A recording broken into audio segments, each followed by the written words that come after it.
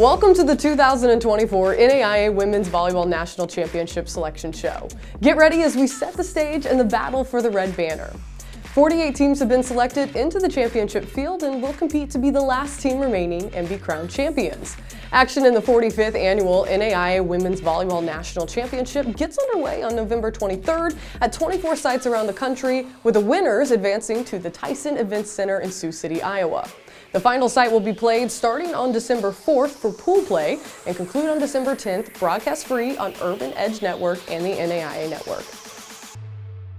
Dreams of reaching the national championship field can be realized in two ways. Each conference determines who their automatic qualifiers are. Teams can earn their bid by becoming regular season or tournament champions or finishing as the runner-up in the regular season or conference tournament. Those conferences with 10 or more schools receive 2 bids in the field, while those with less than 10 institutions receive 1. The rest of the teams are determined by the NAIA Women's Volleyball Selection Committee, comprised of NAIA head coaches and administrators from around the nation. Are you ready? The announcement of the opening round brackets starts now. These 24 matchups are set to take place on Saturday, November 23rd at campus sites throughout the country. The first matchup will feature the Ravens of Benedictine. The Ravens earned the Hart Tournament Championship with an overall record of 25-7 and have won 23 of their last 25 matches. They will take on the Mustangs of the Masters. As they will host the opening round matchup, the Mustangs earned the GSAC Tournament Championship with an overall record of 20-6 and have won 14 matches in straight sets. The Redhawks of Benedictine Mesa are in the field. The Redhawks earned an at-large berth out of the GSAC with an overall record of 21-7 and have recorded a match-high 66 kills twice this season. They will face the Yotes of the College of Idaho, who will host an opening round contest. The Yotes claimed an at-large berth out of the Cascade with an overall record of 20-13 and are first in the country with 306 total blocks. The Beacons of Bushnell are in the field with an at-large berth out of the Cascade with an overall mark of 19-12 and have recorded a match-high 16 aces this season. They will face the Ore Diggers of Montana Tech, who grabbed an at-large berth out of the Frontier with an overall record of 19-10 and are making their 4th consecutive appearance and 9th overall appearance in the championship field. The next matchup features the Eagles of Central Methodist. The Eagles earned the Hart regular season title with an overall record of 26-7 and have recorded a match-high 98 digs on the year. They will be hosted by the Lions of Nelson. The Lions were the Sooner regular season champions with an overall record of 29-5 and are first in the nation with 2.4 aces per set. Our next match features the Rams of Columbia International. The Rams won both the Appalachian regular season and tournament titles with an overall record of 32-2 and are inside the top 5 in the nation with a .254 attack percentage. The Rams will travel to the Knights of Marion. The Knights are the Crossroads tournament runners-up with an overall record of 23-8 and are first in the country with 20.02 digs per set. The Cougars of Columbia College are in the field as the AMC tournament runners-up with an overall mark of 23-12, and they have the most tournament appearances in championship history with 30. They will face the Bulldogs of McPherson. The Bulldogs were the KCAC tournament runners-up with an overall record of 28-6 and are second in the nation with a .275 attack percentage. Also in the field are the Patriots of the University of the Cumberlands. The Patriots earned an at-large berth out of the Mid-South with an overall mark of 32-5 and are first in the nation with 1,682 assists. They'll take on the Argos of Providence. The Argos won the Frontier Tournament with an overall mark of 25-6 and are 4th in the country with 19.81 digs per set. The Trojans of Dakota State are also in the 2024 tournament field. The Trojans claimed an at-large berth out of the North Star with an overall record of 18-12 and have posted a season-high 68 kills in a match this year.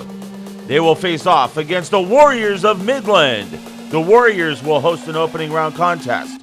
The Warriors gained an at-large berth out of the GPAC with an overall record of 17-11 and are second in the country with 2.51 blocks per set. The next qualifier into the tournament is the Blue Devils of Dillard. The Blue Devils earned the HBCU Athletic Conference Tournament Championship with an overall record of 20-8 and have won 11 of their last 12 matches. They will face the Red Raiders of Northwestern, who earned the right to host an opening round match, as the Red Raiders earned both the GPAC regular season and tournament championships with an overall mark of 30-0, as they lead the nation with 3.28 blocks per set. The Falcons of Florida College are in as the Continental Tournament champions with an overall record of 21-8 and are fifth in the country with 132 block assists. They will travel to face the Bobcats of St. Thomas. The Bobcats won the Sun Tournament Championship with an overall record of 30-0 and are one of two teams that are undefeated in the tournament field. The Warriors of Indiana Tech enter the field as the WAC tournament runners-up with an overall record of 27-10 and are second in the country in service aces with 279. The Warriors will travel to face off against the Cougars of IU Kokomo, who enter the field after they claimed the River State's regular season title with an overall record of 31-5 and have won 22 of their 31 matches in straight sets. The Red Wolves of IU East are in. The Red Wolves earned the River State's tournament championship with an overall record of 27-9 and led the nation in overall points this season.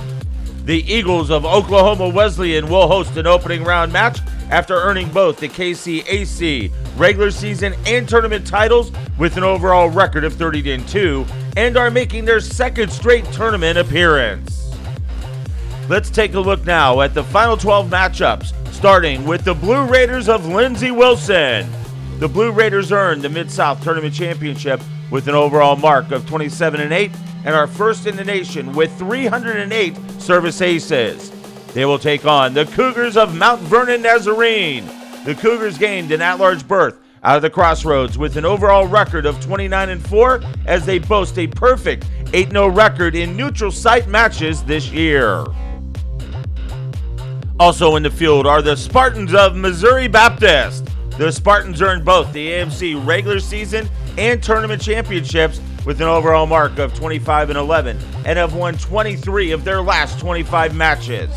They will match up against the Lancers of Grace, who will open the tournament at home after they claimed an at-large berth out of the Crossroads with an overall record of 20-10 and are in the tournament field for the first time since 2001. The Rams of Mobile are in. The Rams claim both the Southern States regular season and tournament titles with an overall record of 31-4 and have only lost once in their last 22 matches. The Rams will head west to the Warriors of Corbin. They will host an opening round matchup after grabbing an at-large berth out of the Cascade with an overall record of 23-5 and have had a season-high 10 aces in 2 matches this year. Joining the tournament field are the Mustangs of Morningside. The Mustangs earned an at-large berth out of the GPAC with an overall record of 22-10 and are making their 10th tournament appearance. They will travel to Wisconsin as the V-Hawks of Viterbo will host an opening round game. The V-Hawks earned both the Chicagoland regular season and tournament championships with an overall record of 25-9 and have only lost once in their past 16 matches. The Owls of Oregon Tech are in after they gained an at-large berth out of the Cascade with an overall record of 19-13 and are fourth in the nation in total blocks. The Bulldogs of Montana Western will host the Owls in the opening round match as the Bulldogs earned an at-large berth out of the Frontier with an overall record of 22-9 and are third in the country in total digs this season. Next into the field are the Saints of Our Lady of the Lake. The Saints earned the Red River Tournament Championship with an overall mark of 23-8 and are making their 5th postseason appearance. They will take on the Bulldogs of Concordia. The Bulldogs are the GPAC tournament runners-up with an overall record of 24-3 and are joining the tournament field for a 7th time in program history. Entering the field of 48 are the Eagles of Reinhardt. The Eagles are the runners-up in the Appalachian Tournament with an overall mark of 25-7 and have recorded a match-high 115 digs. They will head to the West Coast as the Raiders of Southern Oregon will play at home. The Raiders are the Cascade Tournament champions with an overall record of 28-3 and are in the tournament field for the 14th time in program history. The Cougars of St. Xavier have qualified. The Cougars are the Chicagoland Tournament runners-up with an overall mark of 19-11 and are making their 8th appearance in the field. The Cougars will travel to Michigan, where they will take on the Saints of Aquinas. The Saints claimed both the WAC regular season and tournament titles with an overall record of 39-1 as they enter the field with the nation's longest winning streak at 31 matches. The Tornadoes of Talladega are in after they became the HBCU Athletic Conference regular season champions with an overall record of 25-9 and are making their second straight appearance in the tournament field. They will head to the Hoosier State as the Wildcats of Indiana Wesleyan will host an opening round match. The Wildcats claimed both the Crossroads regular season and tournament titles with an overall mark of 31-2 and are returning to the tournament field to defend their national championship from last year.